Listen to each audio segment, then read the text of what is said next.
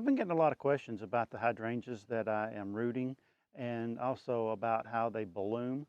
And today I'd like to do a little experiment. The big leaf hydrangeas, they bloom on last year's growth. And any growth that we do this year will be putting on blooms for next year.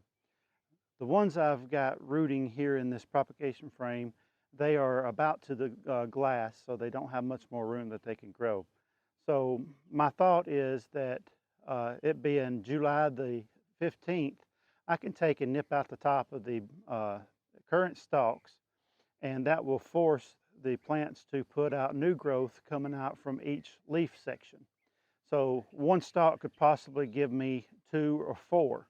So that would make a nice, prettier, bushier plant for next season, and it would also fill out a trade gallon pot.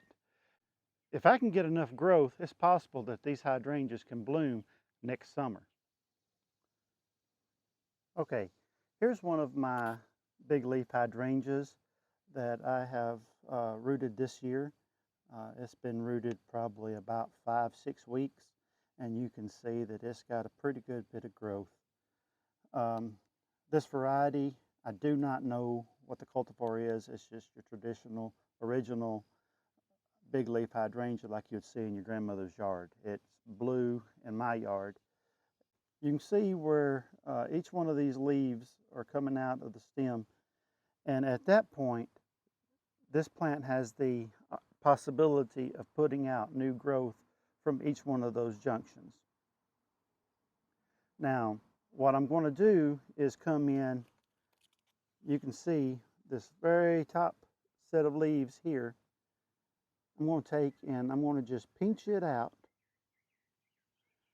and what that will do is that will stop this plant from growing on out and force the energy back down and start looking for other places to grow. If I was to let this one grow like it is now, these 2 stems would just keep growing on out, and then when I plant it in a pot, it would just have 2 stems, which would not look very full in a 1-gallon pot. But at this way, I can take and nip out both of these tops, just like that. Now, this plant will bush out and look a lot fuller. And if I have enough time before this plant goes dormant, and it will be able to set new buds for next year's flowers, I should have flowers.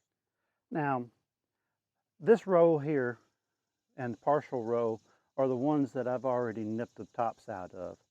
There's a total of 8 of those hydrangeas there that should be able to bush out. Now I'm going to leave these 3 here unaltered, and just to see the difference, and I'll try to do a video showing the progress of these plants later on this summer. Like I said, this is July the 15th, so I should have plenty of time for these plants to bush out and make a nice full specimen. If you like this content, give it a thumbs up. If you'd like to see more of this content, subscribe and hit the notifications button. It'll let you know each time I upload a video. Thanks for watching, and God bless.